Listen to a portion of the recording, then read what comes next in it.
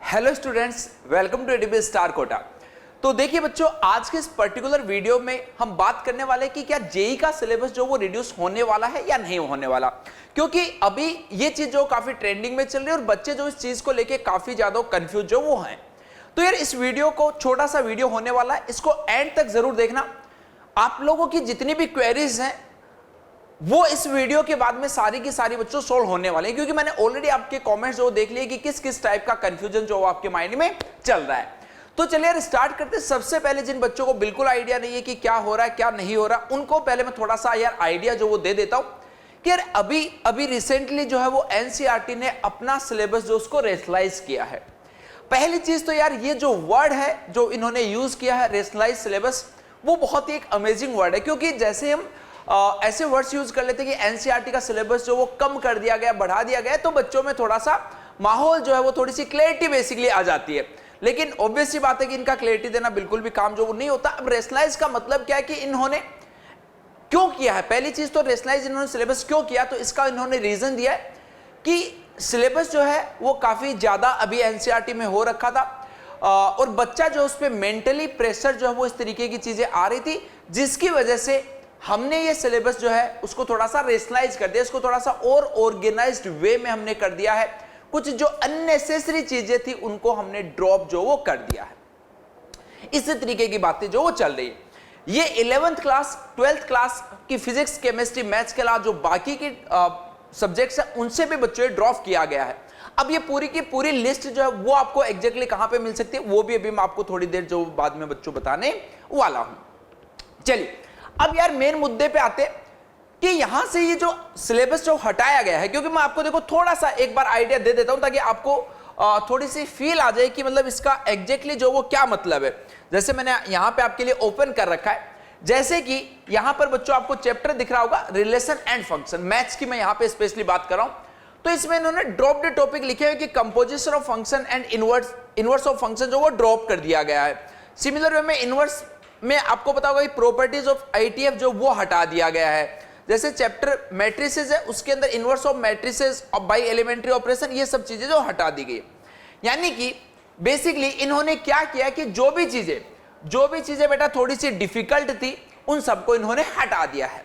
बहुत आसान सा सिलेबस इन्होंने कर दिया है ताकि बच्चे को किसी तरीके की कोई परेशानी जो वो ना हो। चलिए, तो ये तो सबसे पहले बच्चों बात हो गई रेशनलाइज सिलेबस की। आ जाइए अब बात करते हैं कि क्या इन सब का फर्क जो है वो जेई मेन और जेई एडवांस के सिलेबस पे पढ़ने वाला है। तो इसमें देखो दोनों बातें हैं। अगर एनसीईआरटी ने सिलेबस चेंज किया है तो एनटी ऐसा बिल्कुल नहीं कर सकता कि अपने सिलेबस में थोड़ा बहुत भी रिडक्शन उसको ना करना पड़े। अब देखो काफी लोग इसमें अलग अलग अपने अपने ओपिनियन दे रहे हैं इस तरीके से कि भाई एनटीए अपना सिलेबस जो वो कम नहीं करेगा, ऑलरेडी इतना ही तो सिलेबस, अब इसमें से क्या चीजें वो हटाएंगे क्या नहीं हटाएंगे। तो पहली चीज तो यार सिलेबस बहुत ही सारा है, आराम से इसको सिलेबस जो उसको हटाया जा सकता है, काफी सारा सिलेबस जो उसको रिड्यूस किया जा सकता है। आप भी अपने ओपिनियन जो कमेंट सेक्शन में बता सकते हो कि क्या सिलेबस जो वो रिड्यूस करना चाहिए या नहीं करना चाहिए। अब देखो इस पे मैं आपको थोड़ा सा आइडिया देता हूं। जैसे कि पहली चीज तो ये ध्यान रखना बच्चों कि जो सिलेबस अगर रिडक्शन मान लो होगा, पहली चीज तो अभी क्लैरिटी जैसे नहीं है, रिडक्शन अगर होगा या नहीं होगा इसका नोटिफिकेशन कब आएगा, जब एनटीए की तरफ से जेईई मेन का ऑफिशियल नोटिफिकेशन आएगा। और वो नोटिफिकेशन बेटा आपका आता है अगस्त और सितंबर के आसपास जाके। अब सोचो अगर मान लो कि उस टाइम पे उन्होंने नोटिफिकेशन निकाला और ऐसा बोल दिया कि भाई हमने कोई सिलेबस जो रिड्यूस नहीं किया, जो पहले का सिलेबस था वही रहेगा, तो उस टाइम पे फिर आप क्या कर लोगे। अगर मान लो आपने एनसीईआरटी के बेसिस पे इन चैप्टर्स को छोड़ दिया तब तो बहुत प्रॉब्लम हो जाएगी। अगर तब तक कुछ पढ़ भी लोगे तो उसमें कुछ नुकसान नहीं है। तो पहली चीज आपको अभी से मेंटली किस चीज पे फोकस करना है कि जो सिलेबस बच्चों आपका पिछले साल था वही सेम सिलेबस जो वो रहने वाला है जब तक एनटीए की तरफ से कोई ऑफिशियल नोटिफिकेशन जो वो नहीं आ जाता। एक और चीज, अब देखो कई बार क्या होता है कि वो जैसे सिलेबस जो उसमें रिडक्शन कर लेते हैं, लेकिन ऐसा थोड़ी कि उसमें से क्वेश्चन नहीं पूछा जाता। जैसे सॉल्यूशन ऑफ ट्रायंगल का आपको आइडिया होगा कि जेईई मेन के सिलेबस से हट गया, बट क्या इस बार नहीं पूछा गया? पूछा गया बेटा, लेकिन उनके पास में इन सभी चीजों के तर्क होते हैं। वो ऐसा बोल देते हैं कि नहीं भाई ये तो हम इस चैप्टर से इसको लिंक ही नहीं कर रहे, इसमें तो ट्रिग्नोमेट्री का यूज हुआ है और कोऑर्डिनेट ज्योमेट्री का यूज हुआ है, इसलिए हम ये सॉल्यूशन ऑफ ट्रायंगल वाले चैप्टर का सवाल मानेंगे नहीं। तो इस तरीके की चीजें जो है वो पहले भी हुई हैं। पहली बात तो ये कोई ये नया नहीं है। दूसरी चीज, अब देखो एनसीईआरटी में जैसे इतना सारा सिलेबस रिड्यूस हुआ है तो थोड़ा बहुत तो इधर भी होगा। क्यों? क्योंकि यार आप सबको पता होगा कि ऑलरेडी गवर्नमेंट जो है वो एक नई पॉलिसी पे काफी टाइम से जो वो विचार किया जा रहा है। आपको सबको पता होगा नेशनल एजुकेशन पॉलिसी एनईपी लाने की जो वो ट्राई की जा रही है, जिसमें बेसिकली ऐसा बोला जाता है कि भाई बच्चा जो है उस पर बिल्कुल प्रेशर नहीं आना चाहिए मेंटली, उसका जो मन करे वो पढ़े, वो जो उसकी इच्छा है वो ना पढ़े। ऐसी सी ये आपको पता है कि गवर्नमेंट जो इसके फेवर में है, तो एंटी इसके बिल्कुल अगेंस्ट नहीं जा सकते कि एनसीईआरटी ने इतना सारा सिलेबस रिड्यूस किया और वो कुछ भी ना करे, तो थोड़ा बहुत तो करना पड़ेगा। बट अगेन जब तक नोटिफिकेशन आएगा तब तक बेटा अपने लिए लेट हो चुका होगा। तो आपको इस पॉइंट पे अगर मैं अपना ओपिनियन दूं, क्या रिड्यूस होना चाहिए? बिल्कुल होना चाहिए, एनसीईआरटी को फॉलो करना चाहिए। दूसरी चीज, क्या आपको जो सिलेबस ये रिड्यूस हुआ है एनसीईआरटी में ये पढ़ना चाहिए या नहीं पढ़ना चाहिए? तो बेटा बिल्कुल पढ़ना चाहिए। आपको इसी चीज पे फोकस करना है कि पिछली बार सिलेबस क्या था, क्योंकि यार वैसे भी एनसीईआरटी को देखो हम फॉलो करते नहीं। आपको भी पता है कि एनसीईआरटी जनरली मतलब केमिस्ट्री वगैरह के लिए आप फॉलो कर लेते हो, तो आपको तो सिंपली क्योंकि फिजिक्स और मैथ्स में आपने पहले भी कभी एनसीईआरटी फॉलो नहीं की होगी, आपके सीनियर्स ने कभी पढ़े हैं तो उन्होंने भी फॉलो जो वो नहीं की होगी। आपका काम क्या है, आप जिस भी इंस्टीट्यूट में बेटा पढ़ रहे हैं वहां के जो भी नोट्स हैं उनको आप पूरा का पूरा फॉलो कीजिए, जो भी टीचर्स आपको पढ़ा रहे हैं वो पूरा का पूरा फॉलो कीजिए। इसके अलावा कुछ और आपको करने की जरूरत नहीं है। सिंपली एनसीईआरटी को आप छोड़िए, एनसीईआरटी को आप दिमाग में लाइए मत कि कुछ चैप्टर जो वो आपके रिड्यूस हुए या नहीं हुए। जैसे यहां पर बच्चों आपको पता होगा कि एडीबी स्टार का भी ड्रॉपर बैच जेई 2024 के लिए आने वाला है। जेई मेन स्पेसिफिक बैच बच्चों एकलव्य है, जेई मेन एंड एडवांस के लिए वॉरियर बैच है। तो ये बैचेस ऑनलाइन भी होने वाले हैं और ऑफलाइन भी होने वाले। तो इन बैचेस में आपको जो भी कंटेंट दिया जाएगा वो सारा का सारा बच्चों उसी टाइप का फोकस और टारगेटेड कंटेंट आपको दिया जाएगा जिस तरीके का जेई में जो पूछा जाता है। तो आप पूरा का पूरा उस कंटेंट पे बच्चों रिलाई कर सकते हो। उसके अलावा आपको ये सोचने की जरूरत नहीं पड़ेगी कि एनसीईआरटी पढ़नी है नहीं पढ़नी। अगर मान लो कि कभी बीच में सिलेबस चेंज भी होता है तो इस बैच के अकॉर्डिंग हम तुरंत जो उस चीज को बच्चों अडॉप्ट करके आपको उसी तरीके का कंटेंट जो प्रोवाइड करेंगे।